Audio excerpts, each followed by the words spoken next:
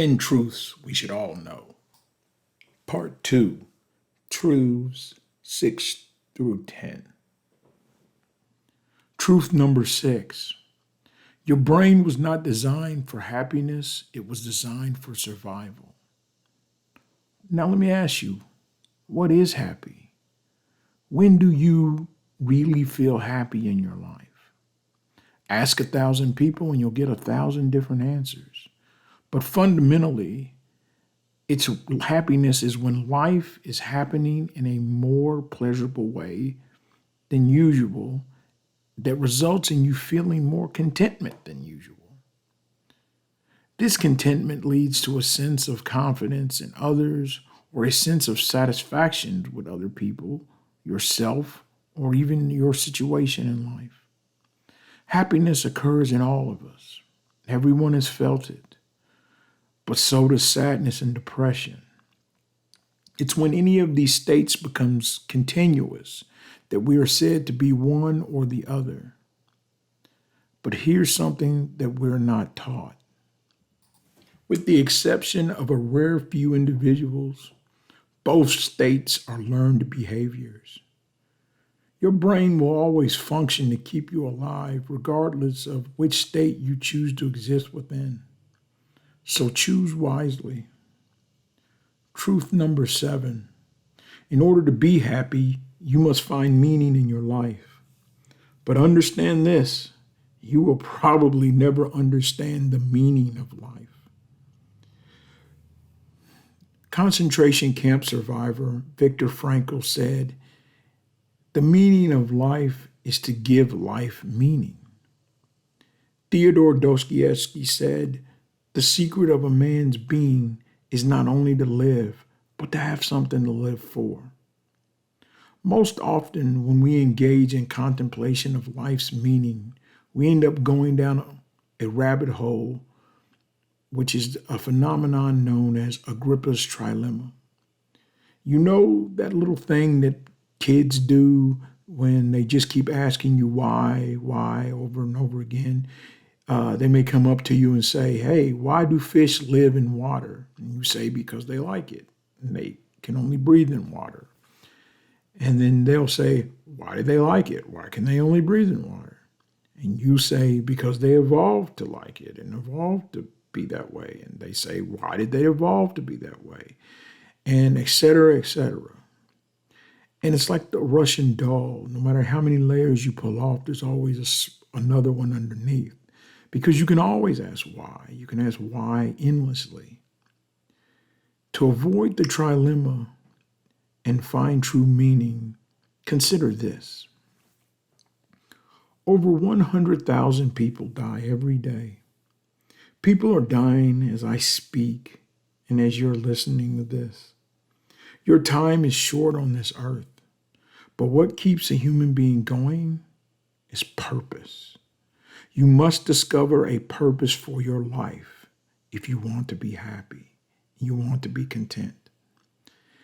And the odds are against us these days because life in Western society is built on purposelessness. We go to work at meaningless jobs that are unfulfilling and unsatisfying. And we do this to earn fake money, to buy useless but fun things, to dull our complete sense of purposelessness. Fake news stories tell us how we should feel at any given time. And we have no more true communities, just small tribes of people with seemingly similar beliefs. And those small tribes splinter into even more small tribes, which splinter into even more small tribes, smaller and smaller until we all become a community of one. And all that means is that we're alone.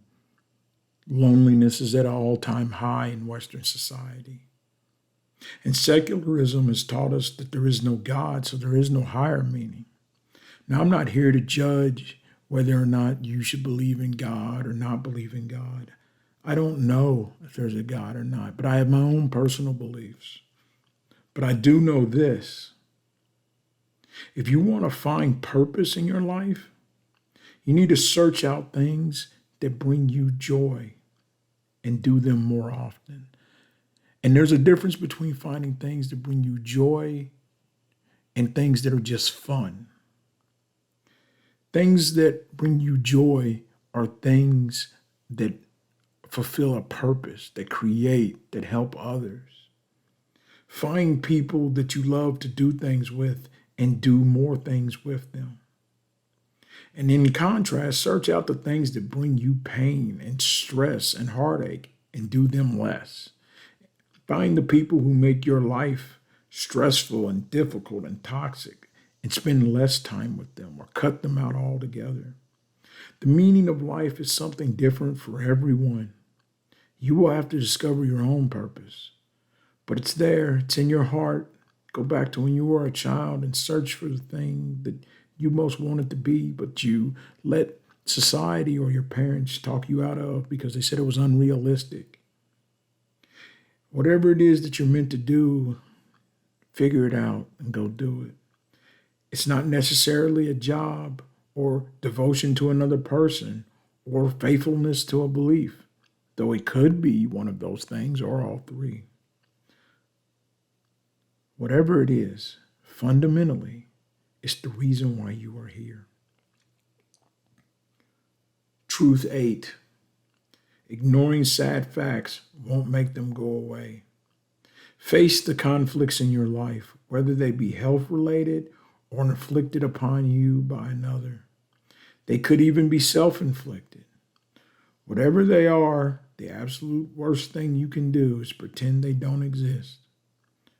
Wherever your fear is in your life, that is where your work is in your life.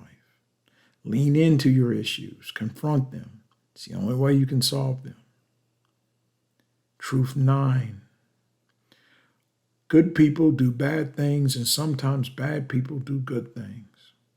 Songwriter Eric Schrody, also known as Everlast, said in his hit song, What It's Like, I've seen a rich man beg, I've seen a good man sin, I've seen a tough man cry, I've seen a loser win, and a sad man grin. I heard an honest man lie. There are no absolutes in this life. Stop pretending there are. Truth number 10. Everything changes and everything ends. In 125 years, everyone who is now alive, no matter how young, will be dead. One day, someone will utter your name for the last time, and it will not be spoken again. One day, you will be completely forgotten.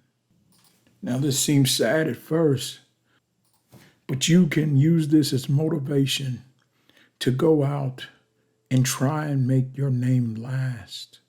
Do something memorable. The more people you can affect, the more good you can do, the longer your memory will be. Thank you for listening. Have a wise day.